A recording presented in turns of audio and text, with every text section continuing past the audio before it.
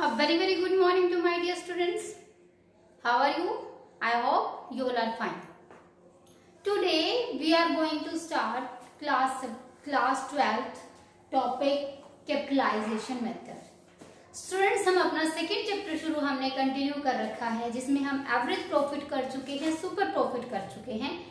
आज हम करने जा रहे हैं थर्ड मेथड हमारा, जो है कैपिटलाइजेशन मेथड.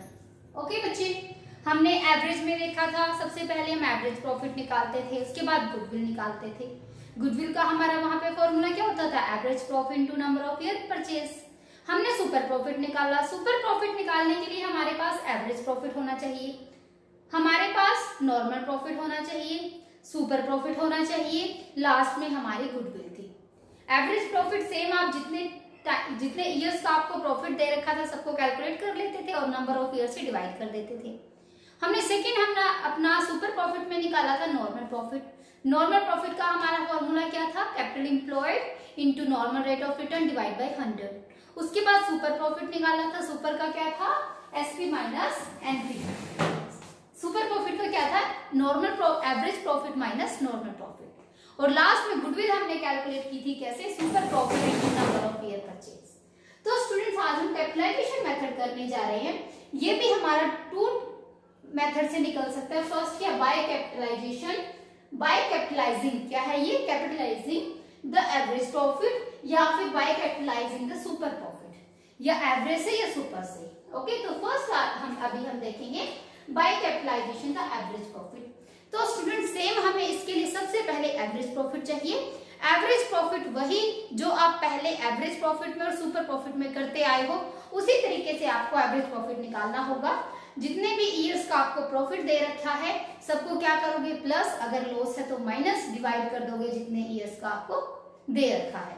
ओके, उसके बाद देखिए बच्चे, आपने क्या निकालनी है? Capitalised value of average profit. हमने क्या निकालनी है? कैपिटलाइजेशन मेथड कर रहे हैं. कौन से? एवरेज प्रॉफिट से. तो सबसे पहले क्या निकालोगे? कैपिटलाइज्ड वैल्यू निकालोगे, और किससे? एवरेज प्रॉफिट से. तो उसका फॉर्मूला देखिए बच्चे क्या होगा? एवरेज प्रॉफिट जो हम इसके ऊपर निकाल चुके होंगे into 100 divide by normal rate of return. ये हमें क्वेश्चन में गिवन होगा. उसके बाद गुडविल हमारी कैसे निकलेगी? Capitalised value of average profit जो हमने ऊपर निकाल लिया है, माइनस नेट एसेट्स. बच्चे, इसको या तो नेट एसेट्स का नाम दे दो या फिर कैपिटल एम्प्लॉय का नाम दे दो. कैपिटल एम्प्लॉय हमें पता है कैसे निकालते थे हम? एसेट्स माइनस लायबिलिटीज करके हमारी कैपिटल एम्प्लॉय आ जाती है. अगर ऐसे ना दिया हो आपको, एसेट्स और लायबिलिटी ना दी हो, आपको क्वेश्चन में कैसे गिवन होगा कि आपको मान लो 3-4 पार्टनर्स हैं, किसी का डेबिट बैलेंस दे देगा, किसी का क्रेडिट दे देगा, और आपको पता है हम कौन से बैलेंस प्लस करते हैं और कौन से माइनस. जो पार्टनर्स के क्रेडिट बैलेंस होते हैं उनको तो हम क्या करते हैं? प्लस, और डेबिट को हम क्या करते हैं? माइनस. और किसी क्वेश्चन में क्या दे रखा होगा? रिजर्व दे रखा होगा. रिजर्व्स को हम क्या करते थे? प्लस करते हैं.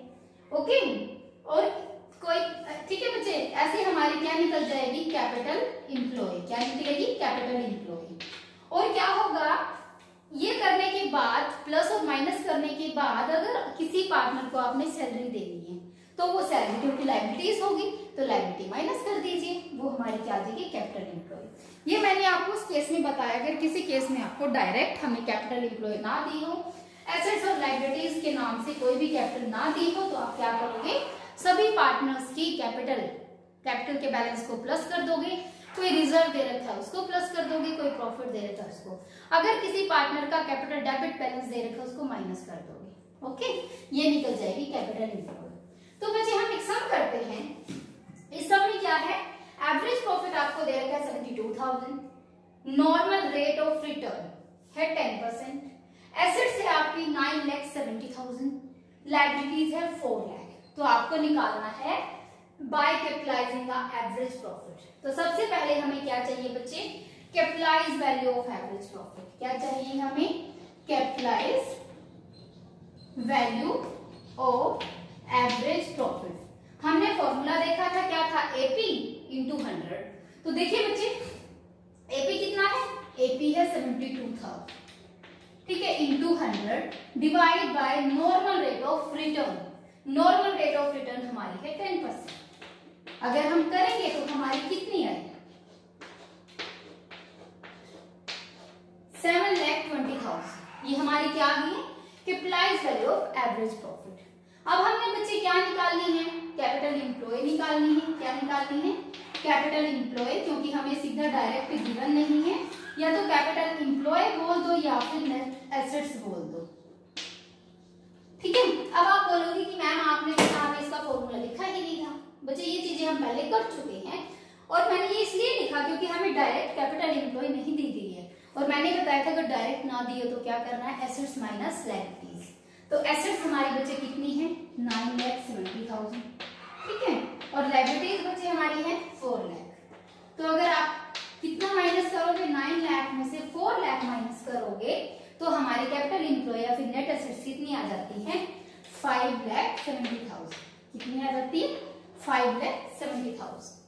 अब नेक्स्ट हमने क्या निकालनी है, हमने अपनी गुडविल निकालनी है। गुडविल का फॉर्मूला क्या था, capitalised value of average profit minus net assets. तो capitalised value of average profit हमारी कितनी आई हुई है, गुडविल निकालने के लिए हम क्या करेंगे, हमारी कैपिटलाइज्ड वैल्यू कितनी आई हुई है, 7,20,000। कितनी है, 7,20,000 माइनस क्या करना है हमने, नेट एसेट्स, और हमारी नेट एसेट्स कितने की दी हुई है, 5,70,000। 5,70,000 अगर आप इसमें से माइनस करोगे तो आपकी क्या आ जाएगी, ये आपकी आ जाएगी गुडविल। अगर हम इसमें से माइनस करेंगे हमारा आएगा 1,50,000। क्या आएगा, 1,50,000। इस तरीके से आपको करना है। अगर हम नेक्स्ट क्वेश्चन की बात करें तो नेक्स्ट में आपका दे रखा है, देखिए बच्चे मैं बता देती हूँ, हमें ना सीधी कैपिटल एम्प्लॉय नहीं दी है, सिर्फ डिफरेंस उसमें इतना ही है, हमें वरुण की कैपिटल दी है, कुबेर की कैपिटल अकाउंट और करंट अकाउंट के बैलेंसेस दिए हुए हैं।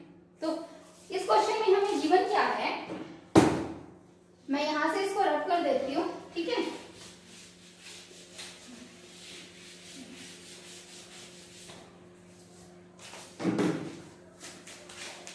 नेक्स्ट क्वेश्चन में हमें दे रखा है वरुण और कुबेर, हमें दिया उनका कैपिटल अकाउंट के बैलेंस और करंट अकाउंट। ठीक है, इसमें दे रखा है हमें 5 लाख एंड 3,50,000, 80,000, और उसके बाद कुबेर का हमें करंट अकाउंट का बैलेंस दे रखा है 20,000, जो बैलेंस है आपका डेबिट, और उसके साथ ही हमें रिजर्व दे रखे हैं, रिजर्व है हमारे क्वेश्चन में 50,000 की। तो इस क्वेश्चन में आप कैपिटल एम्प्लॉय कैसे निकालोगे, 5 लाख प्लस 3,50,000 प्लस 80,000, तीनों को प्लस करोगे, माइनस 20,000 प्लस रिजर्व कर दोगे 50,000, वो हमारे क्या आ जाएगी, कैपिटल एम्प्लॉय। ओके,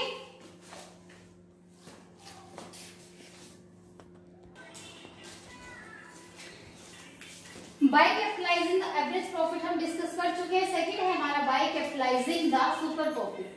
अब इस मेथड के लिए आपको सेम वही प्रोसीजर रहेगा जो हमारा सेकंड में था सुपर प्रॉफिट में। सबसे पहले हमने क्या कैलकुलेट किया था, एवरेज प्रॉफिट। एवरेज प्रॉफिट हमने कैसे लिया था, मान लो आपको 5 इयर्स के प्रॉफिट दे रखे हैं 10,000 डिवाइड बाय 5। अब हमारा नॉर्मल प्रॉफिट का क्या फॉर्मूला था, नॉर्मल का था हमारा capital employ into normal rate of return divide by 100। ये हमारी नॉर्मल प्रॉफिट हो गया था। उसके बाद हमने सुपर प्रॉफिट निकाला था। सुपर प्रॉफिट हमने कैसे निकाला था, AP minus NP means average profit minus normal profit. सिर्फ हमारा चेंज क्या है, इसमें चेंज है गुडविल का फॉर्मूला। वहां पे गुडविल हम करते थे कैसे, super profit into number of year purchase. यहाँ पे क्या है, super profit into 100 divide by normal rate of return. सिर्फ ये आपका डिफरेंस है। यहाँ पे आपके 16, 17, 18, 19 4 सम्स हो जाते हैं। उसके बाद हमारा नया टॉपिक